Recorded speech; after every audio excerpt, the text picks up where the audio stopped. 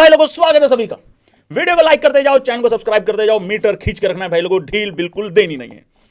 ये मैं क्या सुन रहा हूं, बाटली भाई इंग्लैंड के कोच बन सकते हैं। अजीब अजीब अलग अलग हेडलाइंस लगाई जा रही हैं। एक्चुअली बात क्या है पूरी, किसने ये बात बोली है? क्या सच में हमारे रवि शास्त्री बाटली भाई सच में बन सकते हैं, या फिर बाटली भाई का मूड कर गया बहन के डकेट की वो वीडियो देख के कि भाई वहां पे लिटिल लिटिल भी चल रहा है, खुलेआम भैंस की आंख मौजी हो जाएगी, मतलब उस तरीके से हुआ है क्या ये हिसाब किताब? भाई देखो बात ये है, इंग्लैंड के एक स्पिनर होते हैं भाई, जिन्होंने आके इंडिया में एक बार थोड़ा सा ताबड़तोड़ मामला बना दिया था। उनका नाम है भाई लोगों मोंटी भाई। मोंटी भाई ने अपने विचार पेश किए हैं, दो बहुत बड़ी बातें बोली हैं, एक तो रवि शास्त्री के ऊपर और एक विराट कोहली के ऊपर। सबसे पहले बात करते हैं रवि शास्त्री के बारे में क्या बोला है। देखिए, आप लोगों को पता है हाल फिलहाल में जो ब्रेंडन मैकलम ने एक स्पाई के तौर पे जिस तरीके से काम बांध रखा है, काम चला रखा है वहां पे, इंग्लैंड की टीम के जो दिन दहाड़े घोड़े लगा चुका है वो आदमी, वो सबके सामने है। उस आदमी ने ना 3 में ना 13 में आने ही नहीं दिया उस टीम को, टेस्ट में कहीं पे भी छोड़ा ही किसी लायक नहीं।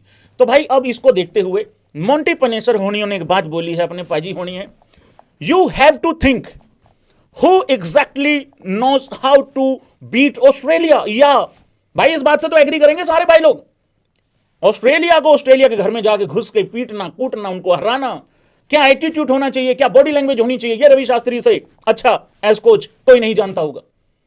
रवि शास्त्री 36 ऑल आउट के बाद भी मर्द की तरह वहां पे खड़ा रहा, डटा रहा अपनी टीम को लेके। यस और नो?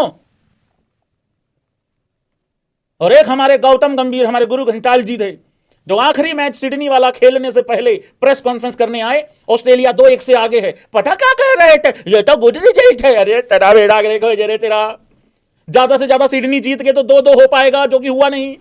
3-1 के बहुत चांसेस हैं, और 3-1 कैसे कैसे गुड हो सकता है रे भाई? How do you take advantage of Australia's weaknesses? Absolutely right bro, mentally, physically and tactically absolutely right. I think Ravi Shastri should become India's next head coach. कौन कौन भाई एग्री करता है इस बात से कि बात तो दमदार बोली है? लेकिन भाई एक बात बताऊं यार, भाई मोंटी भाई, एक बात ऐसी मित्र, अपने भाई हो यार, कोई दिक्कत वाली बात तो है नहीं है। वो ठीक है, तुम मतलब इंग्लैंडियों की टीम से खेल रहे हो, गला वैसे ही नहीं दिख रहा भैंस की आंख, इसमें क्या दिक्कत हो रही है? ये नीचे करो इसको थोड़ा, हाँ गला वैसे ही कम है यार भाई, यार ऐसे खोल खोल के आना पड़ता है। भाई बात इतनी सी है मोंटी भाई, हम अपने बाटली भाई को नहीं जाने दे सकते हैं। देखो, हमें बाटली भाई की इस टाइम पे बहुत ज्यादा सख्त जरूरत है। एक्चुअली जो तुमने विराट कोहली के ऊपर बात बोली है ना, हमें बेसिकली वो दोनों के दोनों कॉम्बो, मतलब वो कॉम्बो हमें एक चाहिए बेसिकली, ये रवि और विराट वाला। इस टाइम पे हमारी जो टेस्ट में हालत है भाई, तुमसे ज्यादा खराब नहीं है, ऑलमोस्ट तुम्हारे वाली ही हुई पड़ी है हमारे साथ भी। तो कृपा करके देखो, तुम्हारी चॉइस अच्छी है, लेकिन भाई लोगों अगर हमारे पास चॉइस हो तो हम, पता नहीं वो पॉसिबल है कि नहीं है, बीसीसीआई के क्या रूल्स हैं क्या नहीं है, लेकिन अगर हमारे पास चॉइस हो तो मैं तो बाटली भाई को भाई कोच दोबारा बना दूं।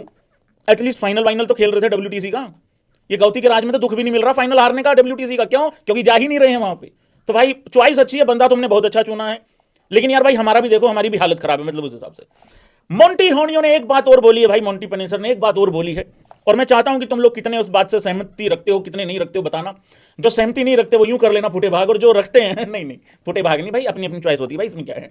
जो भाई लोग इसमें सहमति रखता है वो यूं कर देना, और जो भाई नहीं सहमति रखता है वो ऐसे भी कर सकता है। देखिए, हम एक आजाद भारत के आजाद नागरिक हैं, तो हम अपनी राय रख सकते हैं। यहाँ पे विराट कोहली के ऊपर बोला है मोंटी पनेसर ने कि मैं रिक्वेस्ट करूंगा विराट कोहली से, ये जो अभी रायता फैला हुआ है हाल फिलहाल में जो तुम्हारा टेस्ट क्रिकेट को लेके, अगर मैं गौतम गंभीर होता, ये एग्जैक्टली वर्ड थे मोंटी के, अगर मैं गौतम गंभीर हूं तो मैं विराट कोहली से बात करूंगा और उसको वापस लेके आऊंगा और कहूंगा कि भाई इसको संभालो।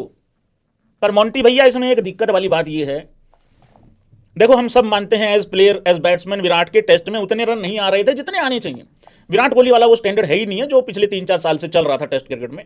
लेकिन हाँ, एज कैप्टन, एज वो जो एक एटीट्यूड है उसका, कैप्टनसी करते हुए वो सारी चीजें, उसमें 100% बात ठीक है कि भाई अगर तुम गौतम गंभीर हो तो तुम बात कर लोगे, पर तुम अगर गौतम गंभीर हो तो तुम्हारे अंदर वो चुल भी तो होगी, आई एम सेम कोच वाली।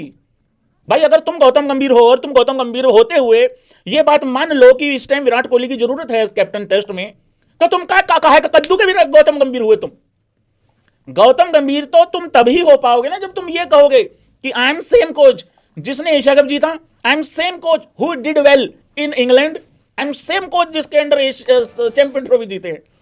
अगर तुम ये वाले गौतम गंभीर हो कि अपनी गलती मान लो और विराट कोहली की कदर कर लो, तो गधी की लीद गौतम गंभीर हो तुम, उसके बाद गौतम गंभीर नहीं हो तुम, सॉरी। लेकिन हाँ, ये बात बिल्कुल ठीक है कि भाई अगर तुम गौतम गंभीर, का है कि गौतम गंभीर, अगर तुम ये बात मान लो, बहुत लोगों को लगता है कि शुभमन गिल पे और मतलब ये जो हुआ है ना डिसीजन, इस पे गौतम ने और अजीत अगरकर ने अपनी गलती मान लिया, घंटा गलती मानी, वो तो अभी भी चाहते थे, वो बाकी के सेलेक्टर अकड़ गए। अगर ऐसा होता तो साकिया साहब नहीं आते टीम अनाउंस करने, वो अजीत अगरकर से वो वाला हक भी छीन लिया, करे हट हट उधर बैठ दो। क्यों? इसका कुछ नहीं पता लगे पेपर पे कुछ और रखा है, फिर भी शुभमन गिल बोल के आ जाए वहां पे, तो वो वाली चीज चल रही भाई। तो बाटली भाई का एज कोच इंग्लैंड टीम का बनने का नहीं बनने का ये सच था। सही तरीके से हेडलाइन लगाया करो रे लड़को, गलत हेडलाइन लगा देते हो यार भाई। यार मेरी खुद फट के 274 हो गई थी, मैंने कहा यार भाई ऐसे कैसे पॉसिबल है यार। देखो यहां साफ साफ लिखा गया है, मैं अपनी ऑडियंस को, कार्यकर्ताओं को भटकाता नहीं है। Ravi Shastri identified as next, identified किया गया है भाई, हाँ ऐसा बनने के लिए तैयार नहीं है। और मुझे नहीं लगता बाटली भाई बनेंगे, क्योंकि बाटली भाई क्यों बनेंगे यार? बाटली भाई ऐसे बैंक के टकेट को ऐसे लालच वालिच में थोड़ी जाएंगे कि बैंक का टकेट ऐसे खुलेआम पी रहा है, ऐसी कोई दिक्कत नहीं, मुझे नहीं लगता भाई लोगों। Thank you so much. आगे बढ़ते हैं भाई लोगों, बहुत बड़ा मुद्दा है भाई लोगों आगे। ईशान और संजू वाला तो आएगा अभी मुद्दा। श्रेयस अय्यर के बारे में एक बहुत अच्छी खबर आ रही है भाई लोगों। सबसे पहले मैं वो खबर आप लोगों को पढ़ा देना चाहता हूं कि क्या खबर आ रही है। Shreyas Iyer is likely to be available for the latter stage of the Vijay Hazare trophy. मतलब बहुत सारे प्लेयर ये शुरू वाले मैचेस खेल रहे हैं, बहुत सारे प्लेयर ऐसे भी हैं जो बाद वाले भी खेलेंगे भाई। तो ये वाली कहानी अभी है। बाकी ये बहुत अच्छी खबर है क्योंकि वाइस कैप्टन भी है भाई इंडिया का श्रेयस अय्यर, और कैप्टन आपको पता ही है ओडीआई का शुभमन गिल है अभी तो मतलब इस फॉर्मेट में तो कैप्टन है। The New Zealand ODI series will be touch and go for the Indian vice captain. अब यार टच एंड गो का सिस्टम ये चल रहा है कि देखो भाई जल्दबाजी तो करनी नहीं चाहिए है, क्योंकि देखो हमारे पास ले दे के एक ही सरपंच है, कहीं कोई ऊंच नीच ना हो जाए भाई। चोट बहुत गंदी लग गई थी, सब लोगों को पता है। वो ऑस्ट्रेलिया के खिलाफ तीसरा ओडीआई, आखिरी ओडीआई खेलते हुए कैच पकड़ रहा था, किसकी, एलेक्स कैरी की थी, किसकी थी, तो वो कैच पकड़ते हुए भाई इंजरी हो गई थी, जान पे बनाई थी। हालत आप देख सकते हो उस टाइम पे क्या हो गया था, बट अभी फाइनली मामला ठीक हो गया है, इंजरी ठीक हो चुकी है। बट अभी मैच फिटनेस क्या है क्या नहीं है वो अभी साबित करना है। अब इसमें दिक्कत एक हो रखी है कि स्कोर को तो अनाउंस करना ही होगा, कितना आज 25 दिसंबर हो गई है आज, तो स्कोर तो अनाउंस यार हो जाएगा, है अभी तो ठीक है दिन तो अभी तो है अभी मुझे, लेकिन चांस लग रहा है कि आ जाएगा श्रेयस अय्यर, अब शायद ऐसा लग रहा है भाई। मैंने देखा, एक वीडियो देखा मैंने बल्लेबाजी करते हुए, हाँ बढ़िया टांग उठा के मारा है एक तो, बहुत अच्छा, मतलब उस हिसाब से आ जाएगा श्रेयस अय्यर, कोई दिक्कत नहीं, आ जाना चाहिए, मुझे लग रहा है आ जाएगा, कोई दिक्कत वाली हो जाएगा। जितने भी पीले वाले हैं मैं उनको बता दूं, ऋतुराज गायकवाड़ जितने फैन हैं यहाँ पे है, मेरी संतरी टोपी, मेरे पीले कपड़े, मेरे महेंद्र भाई का जो आदमी है ऋतुराज गायकवाड़ भाई, उसके लिए सेम इक्वेशन है। देखो उसके लिए और शुभ अपना ये यशस्वी जायसवाल दोनों के लिए सेम सिचुएशन है ब्रो।